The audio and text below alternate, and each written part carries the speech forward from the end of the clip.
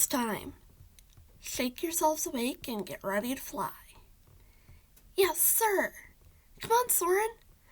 Soren? Grumble, I had a bad dream. What was it about? You were, there was a you, Soren, breathe. Put it out of your mind. Daymares are nothing to concern yourself with. When we get into the sky, focus solely on flying. Now, you two, go to the opening. I'll stay behind you in case the owls got wise. But Grumble, trust me, Soren, okay? If something does happen, I want you and Gilvy to focus on escaping. Just think really, really hard about escaping, and you'll be okay. Yes, sir. Grumble, thank you for everything. Yeah, we wouldn't have been able to do this without you. Yes, you certainly wouldn't have. The owls look towards the entrance to see Sketch standing behind them in battle armor. Grumble moves his wings in front of the owlets protectively. Relax, Grumble. I'm not going to harm any of you.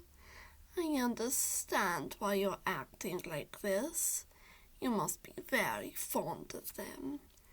Hand them over for a prompt moon scalding, and we'll forget this ever happened.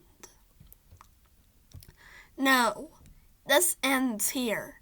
Soren, Gilfy, fly! I'll be right behind you. The owlets are frozen in place. Sketch charges forward but slams against a container full of flex. Now's your chance! Fly! Don't let your efforts be in vain. I'll be right there.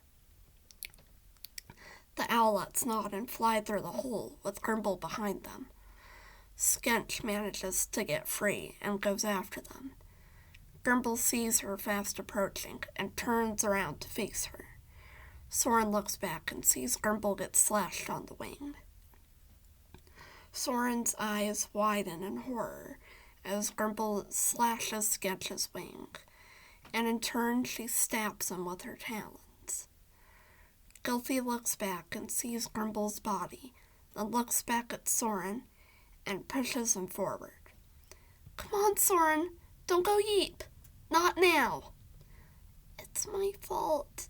I dreamt that this would happen. If I told him, nothing would have changed.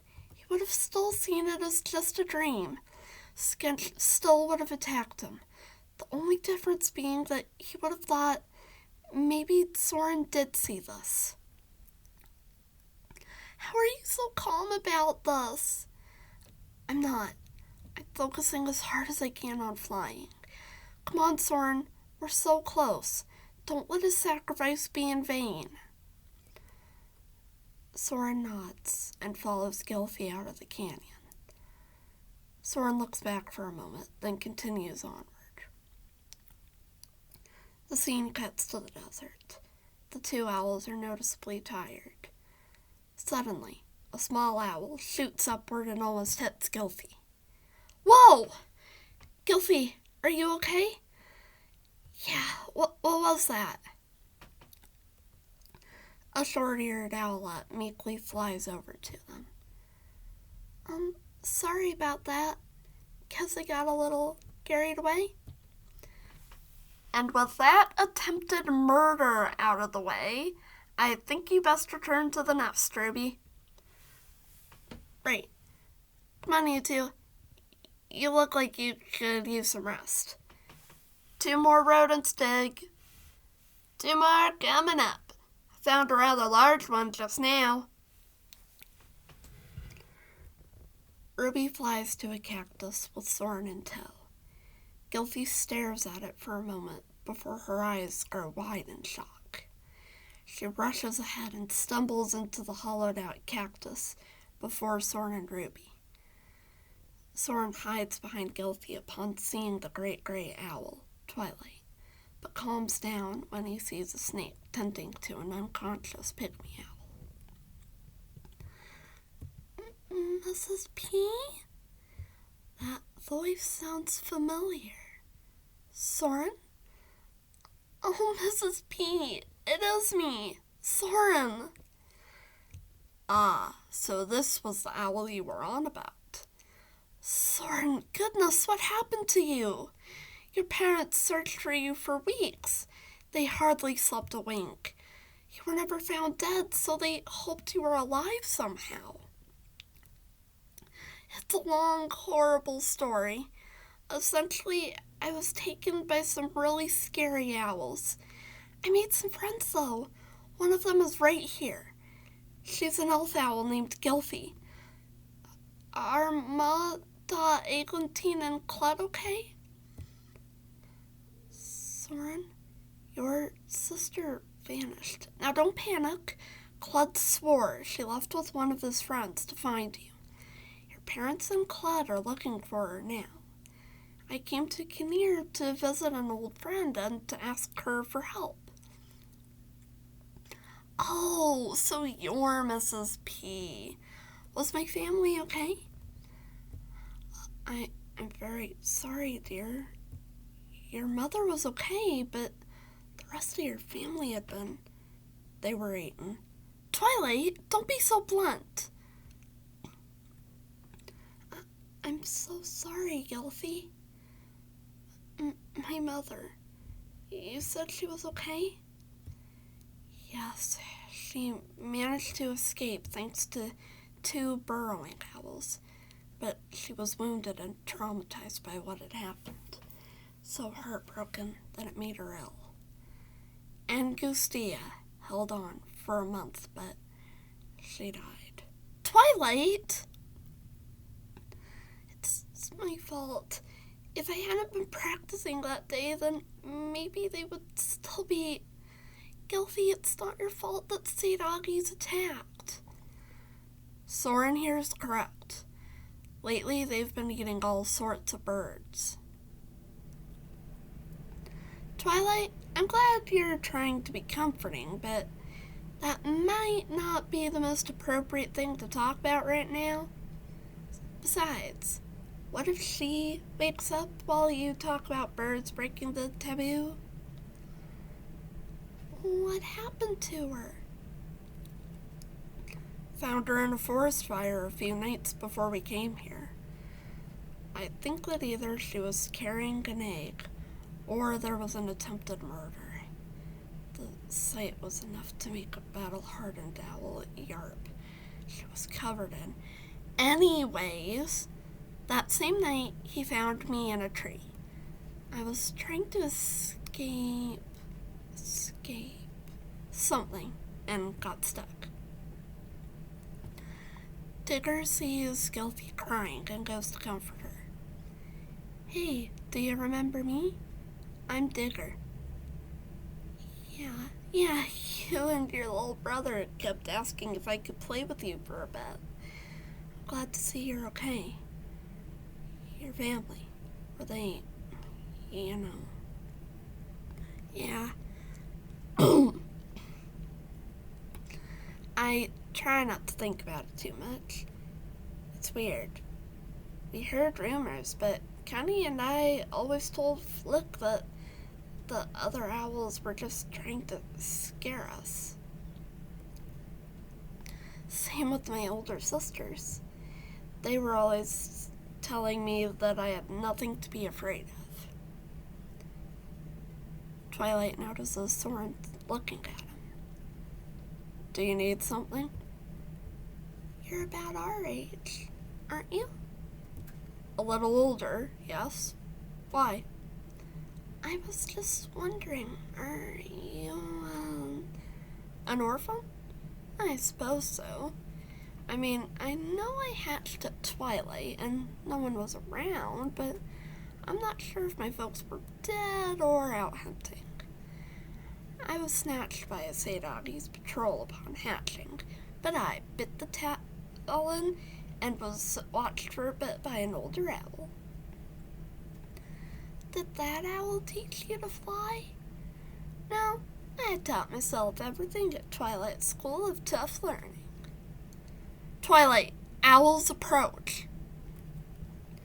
The owls look outside to see Jet, and 47-2 in the distance. Jet, and 47-2. They're the owls from St. Augie's. Jan and Jet are also the ones that ate our families. Ah, so they're the ones that made you young'uns cry. Well, I can't let that go now, can I? Twilight, I can't allow birds that break with taboo to live, Ruby. Especially not Owlette snatching taboo breakers. But 47-2 hasn't done anything yet. She's just been brainwashed. Soren, that owl will attack if those two are attacked. I'll try sparing her. May have to hurt her a little if she attacks, but I'll try to keep her alive. Stay behind me. This part is going to be hilarious. Twilight flies out of the cactus and lets out a powerful cry, catching the attention of the three owls. A great gray. Yes, but look what I spot behind them. 12-1, 25-2. Floated like a hummingbird, dive like an eagle. Ain't no bird that's my equal. You call it, you ugly rat-faced birds. You call yourself a bird. You call yourself an owl. You ain't no decent kind of fowl. They call you Jet. They call you Jet. I'm gonna toss you in a rut. Then I'm gonna punch you in the gut. Then you're gonna wind up on your butt. Think you're all gizzard? I've seen better lizards. 1, 2, 3, 4, you're going down, won't ask for more. 5, 6, 7, 8, you ain't better than fish bait. 9, 10, 11, 12, I'm gonna send you straight to... Before he can finish, the three owls start to plummet to the ground.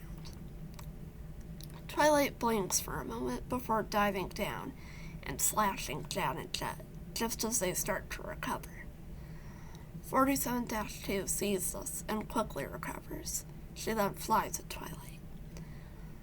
Twilight needs our help. But what can we do? I've got it. Ruby, you stay here with Mrs. P and that Owlette. Soren, Gilfie, you two and I are going to distract them for Twilight. Isn't that a little dangerous?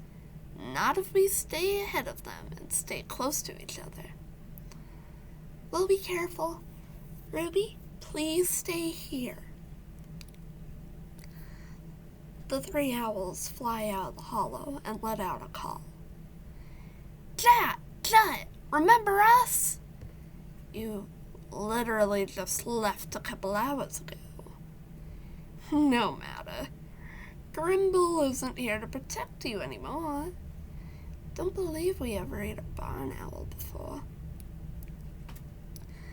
Jet and Jet dive for the three owls. Soren slashes Jet's face, while Gilfie nimbly dodges around Jet and stabs him in the back with her talons. 47-2 goes for Digger, but the burrowing owl tosses sand in her face, blinding her long enough for Twilight to body slam her. Nicely done, you three. Dig, you start running. Soren, Gilfie, help me keep the owls off of him. They nod and do as he said. Twilight and Gilfie gang up on Jet. Twilight slams into the owl's back with his talons, while Gilfie slashes some of his wing off. The duo let Jet fall into the sand. Jet spots Ruby in the nest and flies at her with talons extended. Soren slams Jet into the thorns on the cactus, then slashes through one of his wings while the owl falls to the ground. Jet looks at Jet's dead body before finally dying. 47-2 manages to catch up to Digger. She extends her talons, and it just about grabs him when two eagles dive in and knock her away. The owl attacks them and almost slashes the male eagle's eye when his mate slices right through her back. 47-2 howls in pain and lands a couple of feet away from Digger. Though she can no longer stand, the owl still writhes and cries out in pain. The female eagle gently preens her, which seems to break 47-2 out of her trance. The owl whimpers for a moment before closing her eyes. Thank you for helping Digger. You're very welcome. Tell me, are you two Soren and Gylfie? Yes. Why do you ask? Ah, good. I am Strake, and this is my mate, Zan. We're friends of Hortense. You're friends of Hortense, yes? Yes. Is she okay? Is Hortense alive? You mustn't let it trouble you, young owls. Zan comes over and preens the owls. My mate is right. You must go to Ga'Hoole. Ah, so the rumors are true. How close did you live to the Sea of Hulamir? Close enough to be able to fly Hortense there once in a while, to foresee things for the king and queen when she was an owlet. So she was a seer. Wait, I think I saw something too. I thought it was just a nightmare, but my big brother, Clud, he and another barn owl were in my dream. I think they attacked my parents. Probably just a dream. But I also saw Grimble get killed just a few minutes before he actually died. That is true. Probably just a dream, but it wouldn't hurt to put off the trip and find them first. Zan shakes her head and points north with her wings, then points to herself and Strake, then spreads both wings out. She said, No, you all need to go to Ga'Hoole. Strake and I will search for them. Well, Hortense did say you had to go to Ga'Hoole. All right, Soren, what are your parents' names? Noctis and Marella. You sure you can find them? We will try, young one. We're going to clean this mess up first. It's almost daybreak. Rest, then make your way to the tree. All will be made clear soon, I promise. Sounds good to me. Come on, we have a long journey ahead of us. The owls fly back to the cactus. The scene then cuts to everyone getting settled in for the day. So we're really going to Ga'Hoole? Like, really, really?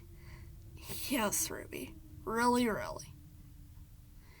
What do you think it'll be like? I'm sure it'll be better than your wildest dreams. Now, let's go to sleep. You all look dead on your feet. Soren and Gylfie are shown right next to each other, snoring. That's not a bad idea. Agreed. Come on, Ruby. You can sit next to Digger. Okay. Twilight pulls his friends in with his wings and falls asleep. Mrs. P curls up next to the sleeping pygmy owl and closes her eyes with a smile. In the film's final moments, the pygmy owl starts to stir and whimper in her sleep.